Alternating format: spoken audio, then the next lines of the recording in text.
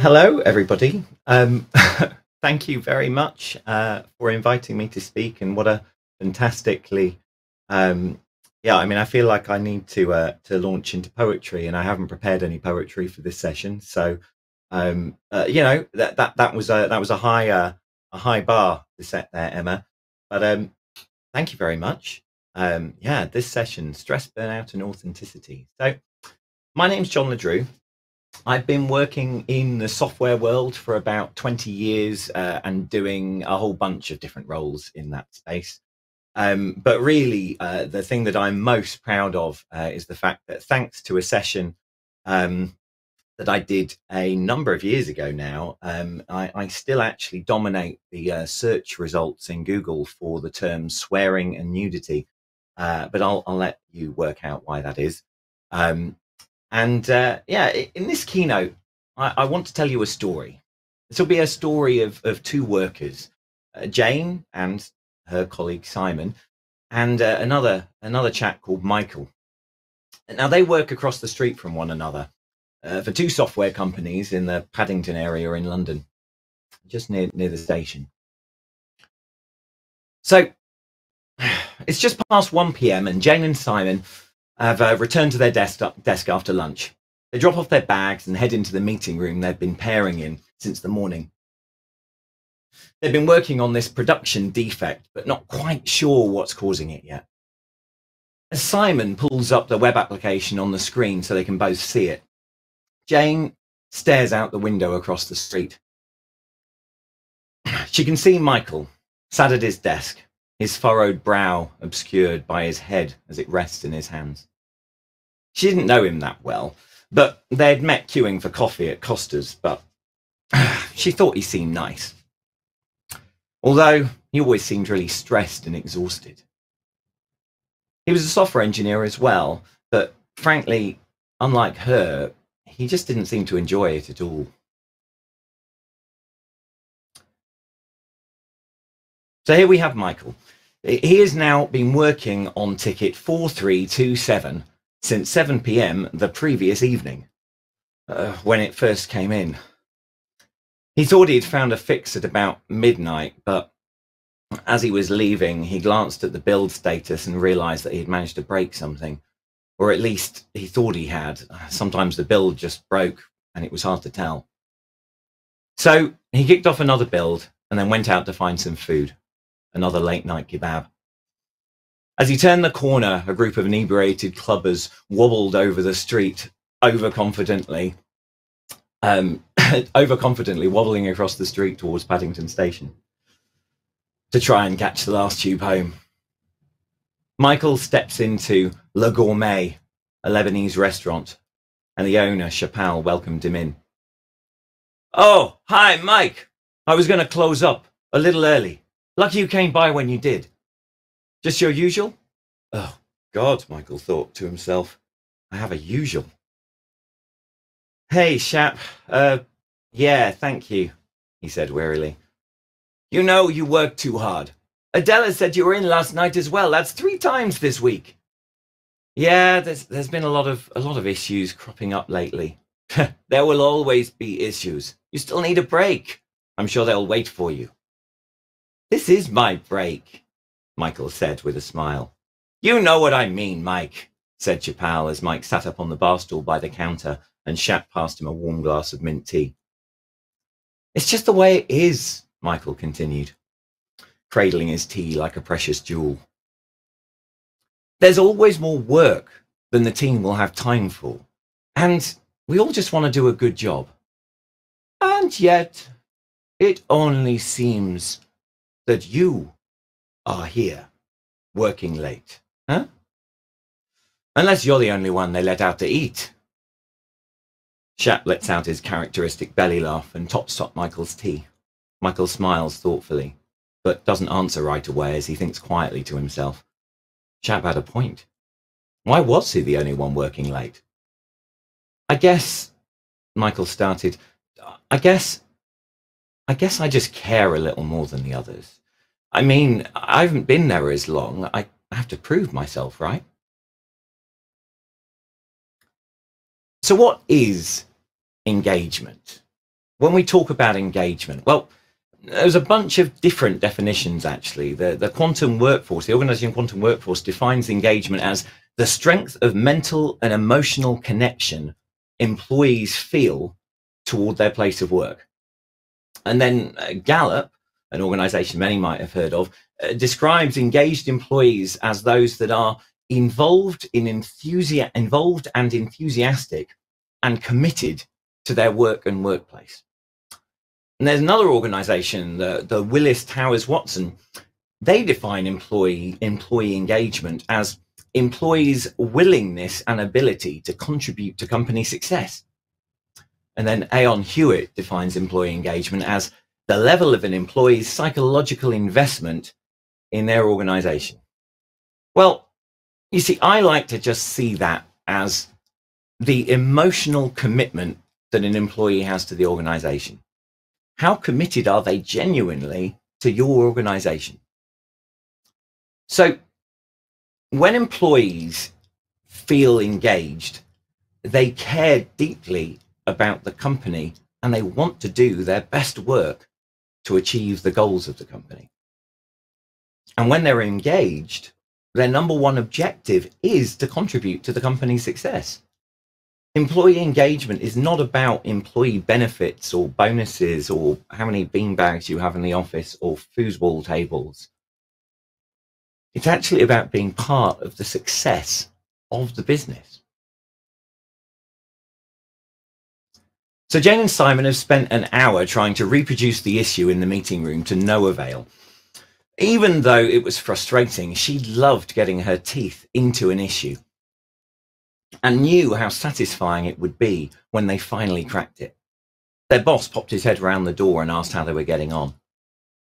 Just so you know, he added, this is really critical for us. If you need anything at all, just shout. I'd rather have the whole team in here focusing on this, if you think that would help, than you two struggling on your own. I think we're okay for now, Matt.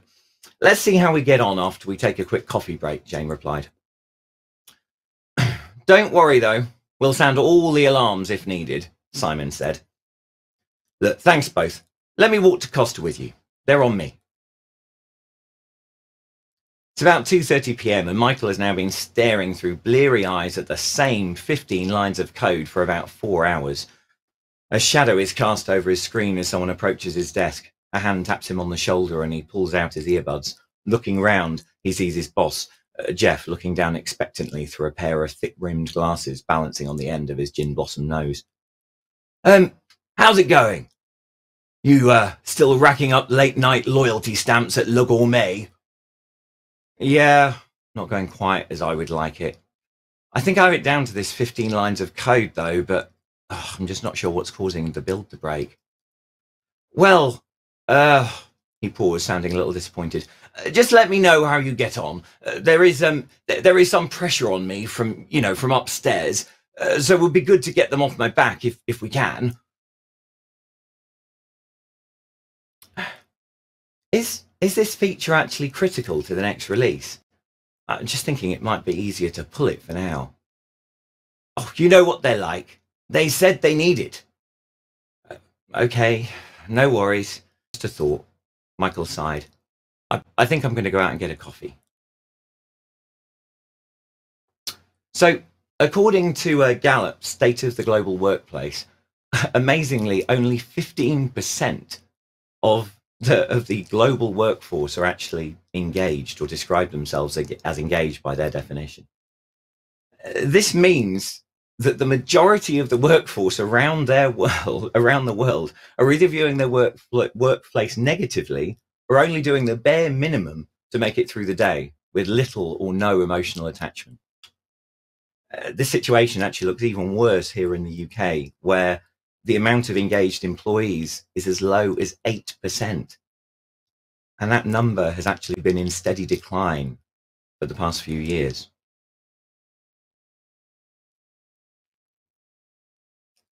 Jane, Simon and Matt stand in the queue at Costa's, idly chatting about their weekend plans. How great that last episode of Sex Education was, and how they all quietly hope that David Duchovny is going to make a cameo at some point. Jane spots Michael walk in and join the end of the queue. He looks completely exhausted, with deep bags under his eyes. "Hey, Mike," she calls out. "Come and join us." Mike smiles and walks forward, too tired to notice the subtle glares of the other queuing patrons, who are now behind him. "Having a tough day," she says. Right away, perhaps a little tactlessly, but she couldn't avoid the obvious. You could say that, I guess." He paused for a moment, acknowledging the others in the group. "Sorry, I'm Michael. Do you all work with Jane?" "Yeah, she keeps us all in check," Matt jokes. "I'm Matt. This is Simon. I'm actually their boss, but I haven't had the guts to tell them yet." "As long as you take your obligation to buy us coffee seriously, I don't mind what you call yourself," jokes Simon. "You sure look like you need a coffee, Mike." "Yeah, it's definitely been a long one. Stuck fixing this urgent issue. Didn't actually quite make it home last night. Glad they have a few beanbags in the office for some late night power naps," Michael said, trying to make light of the situation, but realized the three of them looked more concerned than anything else. "Well, that's probably not why they got those beanbags," Jenny added, after a pregnant pause. "I mean, at least I hope not." "What can I get you?" The voice of the barrister mercifully breaks the silence. "I'll get a cappuccino," Matt says, "and whatever these guys want." Oh, thank you," Michael says. You really didn't have to." "Don't push yourself too hard, Mike," Jane interjects. "Man cannot live on coffee alone." "You're right," agrees Matt. "Can I get 4 croissants as well, please?" "Matt, you're going to get fat if you eat all that," Simon says with a grin. "Make that 5. I need the extra one to cope with all this emotional abuse." According to a 2017 study from Hayes, 81% of employees consider leaving their jobs for the right offer, even if they wouldn't be looking for a job right now. And what's more, changing jobs isn't all about the money, as 74% of younger employees would accept a pay cut for a chance to work at their ideal job. And 23% of those seeking a job wouldn't need a pay increase to take a new position. In order to stay on the job, employees need to have relationships with other people in the workplace. And it's critical to have an empathic approach to leadership and understand that your employees are human beings and not robots. It's a surprisingly easy mistake to make, in my experience. Other studies show that employees are also more likely to look for a job if their co-workers are doing so. And companies then should really, really be careful of that domino effect. Michael takes his coffee and croissant from the barrister and thanks Matt again. He's feeling buoyed up by the interactions, but also realizing just how different his workplace is from the one over the street. They're doing the same job. They have been stuck on a similar critical issue as well. But here they were, with smiles on their faces. He thought, he was just tired. He didn't hate his job. He was just having a bad week. Or 2. Or 3. He headed across the street to the office and back to his desk, back to that damn 15 lines of code that had kept him in the office for nearly the last 19 hours. He was completely exhausted. As he got to his desk, he spots Jeff making a beeline and he doesn't look happy. "Mike, where the hell have you been?" Jeff said, frustrated and red-faced. We were just talking, Jeff. You saw me head out to Costa's. You must have been gone nearly 20 minutes. I had business on the phone, breathing down my neck for an update, and you weren't there to update me. It doesn't look good, mate. Doesn't look good. Jeff, I've just given you an update, just before I left. Oh, that doesn't matter, said, waving his hand dismissively. You just need to think about how it looks. You have to show commitment. Look, I don't want to distract you any longer. Just, oh, look, just get this damn thing fixed, okay? Yeah, that's what I'm aiming for, Jeff, Michael says dryly. Great. Well, don't let me get in your way. Just let me know when you have something. Don't worry, Jeff. You'll be the first to know. A 2017 study from the US found, amazingly, that disengaged employees cost organizations around $500 billion every year. Disengaged workers take less responsibility and ownership of their attitude, behavior, motivation, and they drain overall productivity. The study recommends that companies focus on encouraging personal agency, and it's also important to connect employees jobs, pardon me, an employee's job to their organizational missions and goals, to provide recognition and encourage collaboration. There's a really fascinating book by Teresa Armablay called The Progress Principle, where she took daily diaries from thousands of workers all the way across the US, Canada, the UK, Europe, and South America. And one of the things she was doing was looking at what really creates engagement. And in support of this study, the most important thing was employees simply feeling that they were making regular progress on meaningful work. That every day they reported that they were feeling like they had got to the end of the day and thought, yeah, I know what the goals are. I can see them. I know what direction I should be moving in. And I can feel that I have made progress towards that. It's so important. Another really famous study by Google called Project Aristotle from the early 2010s, like 2012, 13 time. Again, they found 5 indicators, and one of them is impact, that you feel that the work that you're doing actually matters to the organization. It seems obvious, like a lot of this stuff. I think it seems intuitively obvious, but frequently I'm working with organizations where the team have no idea or potentially strong doubts that the thing that they are working on has any value to the organization at all.